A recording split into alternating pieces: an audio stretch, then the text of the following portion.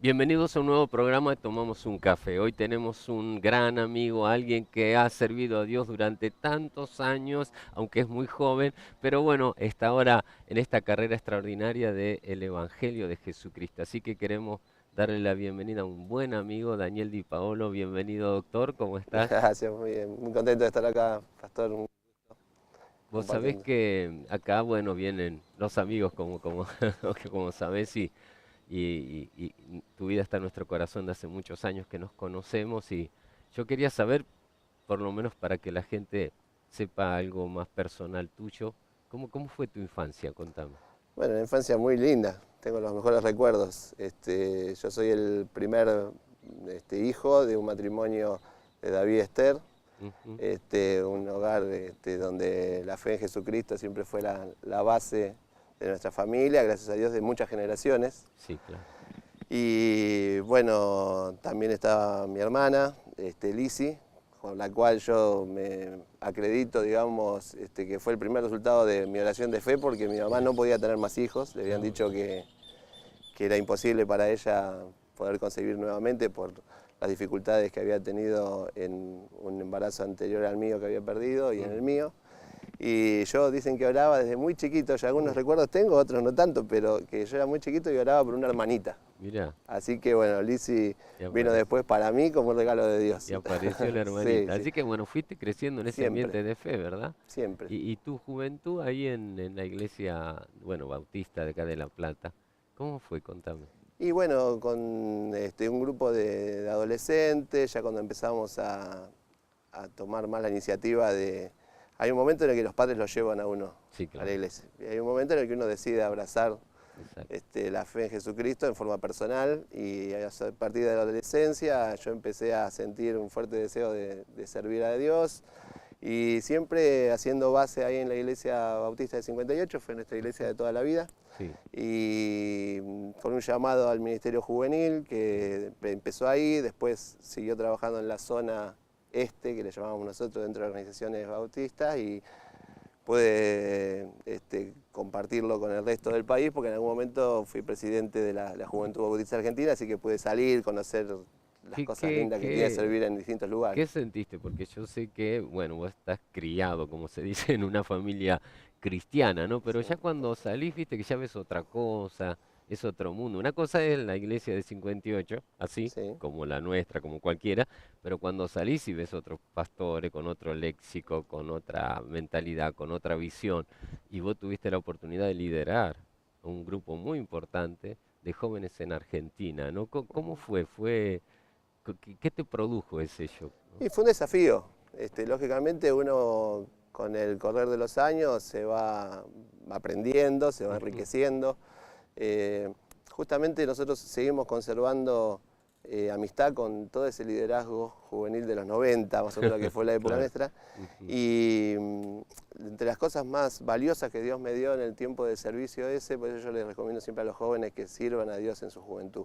Porque juntamente con el aprendizaje, con la experiencia, con la utilización de las energías en algo que es eterno y trascendente, ¿no? Claro, Que ante tantas otras situaciones que están demandando energía de los jóvenes, que son importantes también, pero que no son para toda la eternidad. claro, exacto.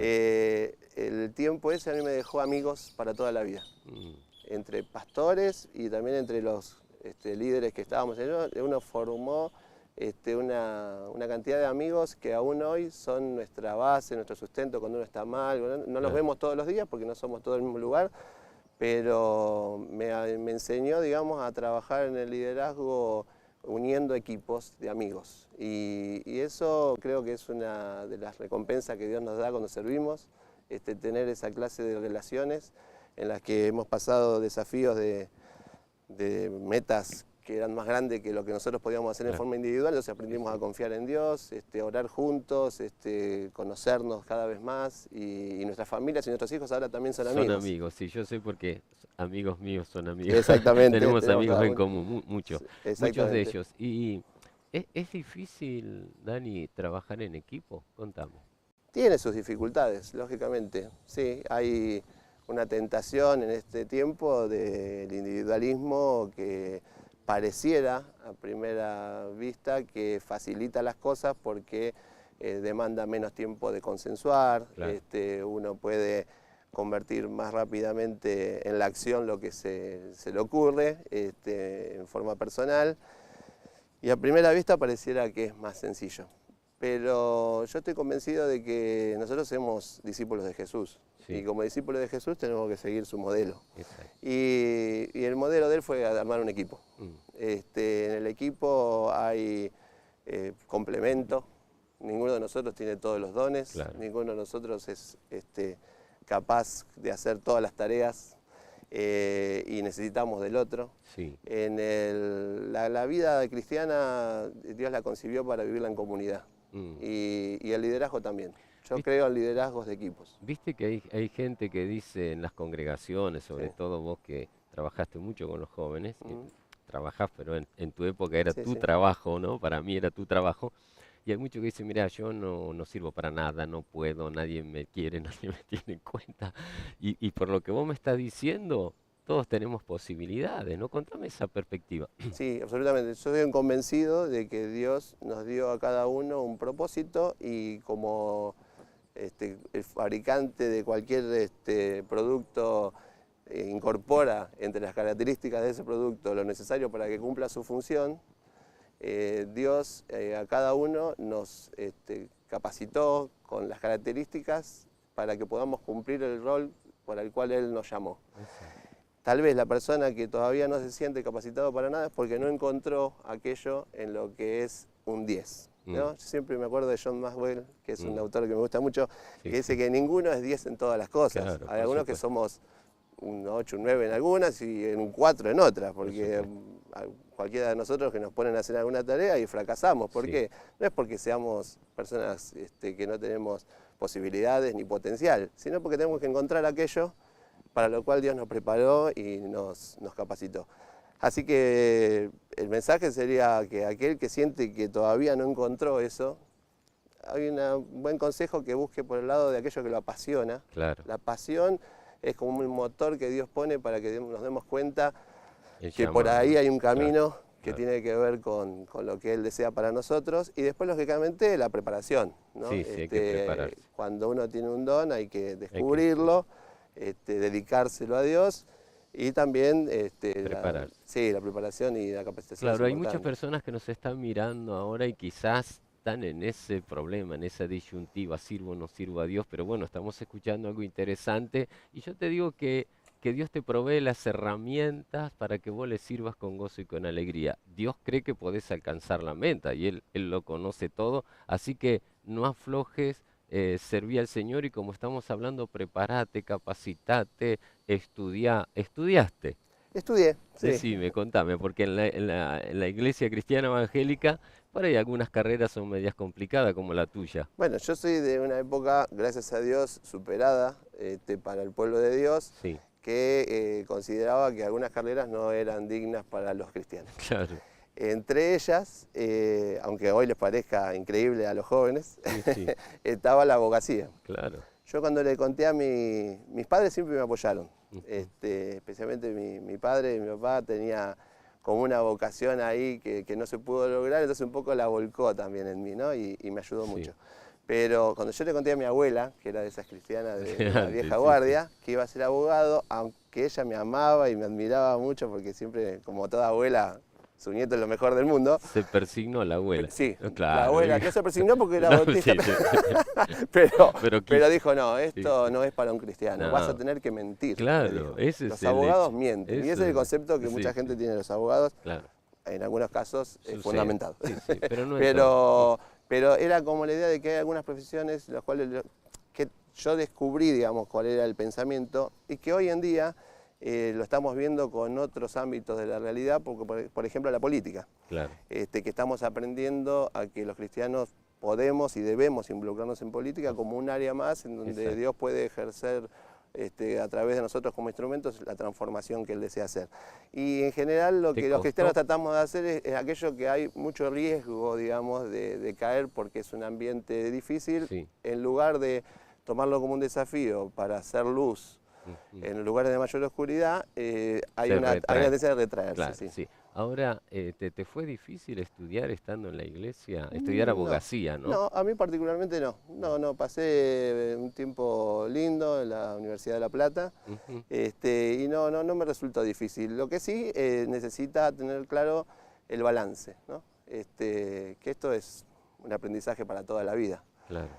En cuanto al tiempo de servicio a Dios, que no hay que dejarlo, yo veo que algunos jóvenes con la carrera universitaria por ahí ponen todo el énfasis en su carrera, en la demanda de los exámenes y todo demás, y dejan un poquito de lado la asistencia a la iglesia, al servicio, y yo creo Como que eso que es un son dos error. cosas que no se pueden. No, es un Pero, error, pero es yo un tengo error. muchos amigos, entre ellos vos, Sí. que yo recuerdo que vos estudiabas y servías al Señor, que nunca dejaste de Sí, en ese servirle. tiempo ya estábamos de novio con la que hoy Ujú, es mi esposa, con Dana, mm, y los dos tuvimos siempre esa premisa, digamos, ¿no? De tratar de encontrar que para que poder crecer en forma equilibrada en esa etapa de nuestra vida debíamos darle un lugar a lo intelectual, que era nuestra sí, preparación, sí, sí, y sin dejar de servir a Dios y de tener un fuerte compromiso con nuestra iglesia local, digamos, claro. ¿no? Y también, por supuesto, en lo que tiene que ver con lo afectivo,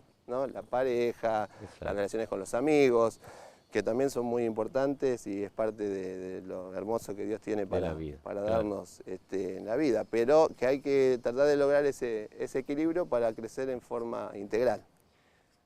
Ahora, yo creo, desde afuera, porque no estoy en tu vida, pero desde afuera mirando, creo que Dios te dio la oportunidad de estudiar también para usarte en esa área, no solamente usarte como pastor que lo sos, en el área espiritual y la capacitación, que toda capacitación nos sirve para la obra, toda, pero puntualmente a vos te bendijo, el Señor te abrió una puerta para trabajar en otras áreas, que algunos le llaman seculares, para mí no existe lo Ujú. secular, te aclaro, no No, existe, no, ¿no? estamos de No acuerdo. existe. Este, como para incursionar, un ejemplo en la política. Sí. Sí, yo creo que toda carrera universitaria o cualquier estudio, yo lo veo así como en forma simbólica como llaves Ujú, que Dios nos da. ujú, Yo animo mucho a los jóvenes a estudiar. A veces no tienen muy clara la vocación o no tienen muy claro a qué se van a dedicar una vez que terminen esa carrera. Pero yo creo que si hay un interés por una determinada rama para estudiarla, hay que aprovechar el tiempo y estudiarlo, porque uno nunca sabe cómo Dios va a utilizar esa llave y qué ujú, puerta vamos a tener delante en los claro, desafíos que Dios nos propone en el futuro y que vamos a decir, esto que hice en aquel momento, un curso, una sí, preparación, es era la cierto. llave que Dios me había dado para que abriera esta puerta. Hay carreras como la del derecho que son muy amplias en las opciones que le da a una persona, que puede ser desde la docencia, del trabajo de forma liberal, que es el que yo hago, o en relación a una empresa, y también en este momento, especialmente que el pueblo de Dios está siendo desafiado a actuar en la realidad, nos da la posibilidad de integrar la fe y el derecho, Ujú, nuestros valores, y cómo se mueve el mundo de la política, de lo legislativo. ujú, Entonces, para nosotros es una herramienta importante tener profesionales sí, cristianos porque abren con esas llaves las puertas que necesitamos para que la iglesia pueda influir en el mundo. claro. Yo sé que la política lleva mucho tiempo. Mm. Dirían unos amigos míos que entienden el tema, es una máquina de picar carne. Sí. ¿Viste? Ahora, ¿cómo relacionas eso con, en el caso, tu familia? Tu esposa, los chicos, yo sé que vos sos muy familiero, conozco tu familia. Ujú. ¿Cómo relaciona? ¿Cómo haces para, digamos, si se permite la expresión, sacarle tiempo a esto, sacarle tiempo, sacarle y hacer un combo y ser feliz? Ah, bueno. Y en eso consiste, me parece que el desafío de vivir sabiamente. Ujú, Eh, lo mío en la política todavía es muy reciente, sí, como resultado, digamos, de todo lo que fue la lucha pro vida, digamos, del año sí, pasado y todo lo que fue el esfuerzo que hicimos que gracias a Dios se logró de evitar que el aborto se legalizara en sí, Argentina, un gran número de líderes y de personas que sentimos que todo eso debía tener alguna representación política. sí. Un poco, digamos, yo sentí la necesidad de un llamado de parte de Dios a abrirme a ese espacio y también del propio pueblo evangélico, ¿no? Ujú, Como que las personas nos decían, miren, vos tenés la posibilidad de conocer algunas claro, cosas, claro, estudiaste para eso, claro, necesito que me representen, claro. necesito que mi voz se escuche. Sí, sí, Y la verdad que mucha de nuestra gente siente que no está representada. En una democracia deberíamos estar todos representados y hay exactamente. muy pocas voces que se levanten con nuestros valores. Sí, Y bueno, en esa necesidad que se convirtió en un desafío, estoy empezando, digamos, así que todavía no te puedo decir como un político con la cantidad de sí, sí. demandas que tiene las reuniones, estoy empezando a verlo, porque Pero ahora estás, estamos estás con, yendo a claro, con valores para reuniones. mi país, estamos Sí, sí, intentando lograr avanzando. lo que significa poder ser partido político, lograr esto Claro, un aprendizaje para claro. nosotros, haciendo las afiliaciones y un montón de cosas que a veces cuando pensamos en política pensamos en cosas Sí, de un claro. debate Vos público y demás, y a veces tiene que ver pensás con en la el tarea de Senado, empezás pequeñas reuniones, claro, convencer a gente, sumar voluntades. la discusión Sí, tal política, cual. sí, sí. Y yo creo que Mm, eso, después con el tema de la administración del tiempo, tenemos que, es un poco lo que te decía antes, de buscar el balance. Nos puede mm, pasar con la política, nos puede pasar con el trabajo, nos claro, puede pasar con el ministerio. sí, claro, Vos, pastor, te puede pasar a vos también, por que uno supuesto. se entrega en algo que es maravilloso, como es el ministerio, y Ujú. las demandas a veces son infinitas, porque Sí, sí, suena por el supuesto. teléfono todo el Hasta que día. Y bueno, ese es el no hay trabajo de límite. saber que nuestro primer ministerio es nuestra familia. Ujú, ujú, Digamos, Dios nos puede llamar a muchas cosas y hay cosas que otros pueden hacer por mí, pero nadie puede ser el papá de mis hijos por claro. mí, nadie Bueno, puede ser el el esposo. marido Mm, de mi esposa por mí sí, sí, y esa es la tarea que Dios me dio en primer lugar. claro. Entonces, saber que hay prioridades, ¿no? Sí, por eso, por ahí la gente que nos está viendo, esos son algunos de los temores de las personas, ¿no? Dice, no, yo tengo, primero para servir a Dios no hay que dejar todo, porque de hecho, Dios armó la jugada como para que podamos servirle dentro del contexto de ser humano, de familia, de amor, de contención, de trabajo y demás. Y nos provee, como hablamos de dones, talento y ministerio. Recuerden que los dones, talentos y ministerio es para usarlos en la tierra. En el cielo, el don de sanidad no nos va a servir. Así Así mismo. los otros. Así que cuando Dios te da los dones, talentos y ministerio, no lo escondas, no los guardes, no lo entierres, porque Dios quiere que lo uses aquí en la tierra. Yo sé que vos tenés dones y tenés talento y tenés ministerio por conocerte. Eh, en el ambiente de la política, ¿es difícil usarlo? ¿Es más fácil? ¿Es una ventaja? Porque es como que yo veo que los cristianos tienen una doble visión, ¿viste? Tienen algunas ventajas con respecto al resto cuando tienen un don del Señor y uno ya aprendió a escuchar, aprendió a pensar, aprendió a saber lo que es bueno, lo que es malo. ¿Cómo te sentís con ese contexto? Yo creo que el cristiano, digamos, que aprendió de Jesús, Sí. tiene la posibilidad de aplicar esos principios a cualquier área de la vida. Ujú, Eh, yo hace poquito estábamos haciendo un trabajo de cómo sería un gobierno basado en valores bíblicos. ujú, Y empezaba a tomar versículos que nosotros tal vez los vemos en una dimensión más personal o más relacionada con la vida espiritual o del grupo, de la comunidad de la iglesia. Y en realidad no nos damos cuenta que Dios estableció esos principios para para toda la todo. humanidad y para la sociedad y son Sí. útiles para que el Estado los tenga en cuenta y tienen que ver con la transparencia, tienen que Mm, ver con la honestidad, con el servicio, ¿no? Yo creo que el cristiano está muy capacitado en eso sí, de pensar la política como servicio al prójimo, ¿no? exacto. Que en vez de llegar a la política como para servirse de ella a favor Personal, sí. de los propios intereses o de los beneficios económicos. El cristiano en ese sentido tiene claro lo que es el servicio al prójimo y nosotros deberíamos entender la política como la posibilidad de ayudar a los demás y de crear las condiciones para que todos pudiéramos desarrollar y que nuestro potencial individual se pueda cumplir en un marco de orden. Me acordaba esa palabra que dice, háganse todo decentemente y con orden. Sí. Y nosotros lo tomamos únicamente quizás para las cosas de la iglesia, pero ese es un principio para toda la realidad. Exacto. Porque la decencia, digamos, es la base como para que, y el orden permite que uno pueda probar su decencia, porque a veces si es desordenado no podés demostrar que sos decente. Y son esas cuestiones que si nosotros entendemos y estudiamos la Biblia en una forma así integral, nos capacitan no solamente para ejercer el ministerio, sino para ejercer cualquier tarea en la que Dios tiene que estar presente. Y yo creo que Dios tiene que estar presente no de una forma religiosa en la vida pública, porque nosotros tenemos que entender como evangélicos, y eso vamos a tener que aprenderlo, de que vamos a trabajar en un ámbito donde la pluralidad debe estar asegurada por la Constitución, ¿no? Y claro, y hay que aprender a respetar al que piensa distinto, pero sí que hay principios bíblicos que funcionan. Y yo creo que la función de nosotros como cristianos va a ser que esos principios sean reconocidos, no solamente por una cuestión de una fe que se manifiesta así en forma fanática, sino porque tiene resultados de progreso, resultados de sanidad para una nación. Como los países europeos, ¿no? Totalmente. Que uno estudia esos principios y ve hombres y mujeres. Mucho más en otras épocas que ahora, claro, ¿no? Que ahora, ahora no ha cambiado. ¿Cómo se fundaron? ¿No? Porque la idea es cómo se fundó Suiza, Alemania, Inglaterra, con principios cristianos y son países de primer mundo. Ahora se está un poquito desvirtuando, ¿no? Actualmente la situación de cada esos países. Pero digo, si uno mira los principios cristianos, ¿son aplicables a la vida cotidiana entonces? Claro que sí. Sí, totalmente.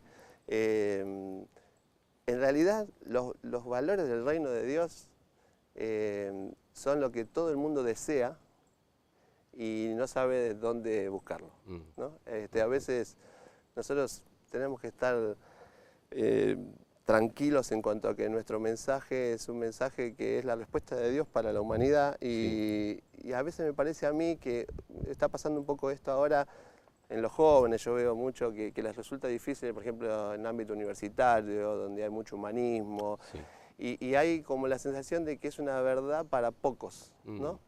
Con respecto al tema de la defensa de la vida y los grupos a favor del aborto legal son tan fuertes en la universidad y como que les cuesta a nuestros jóvenes levantar la voz porque sienten que tal vez estos principios pueden funcionar en nuestro ámbito, pero que no son para trasladar a toda una nación.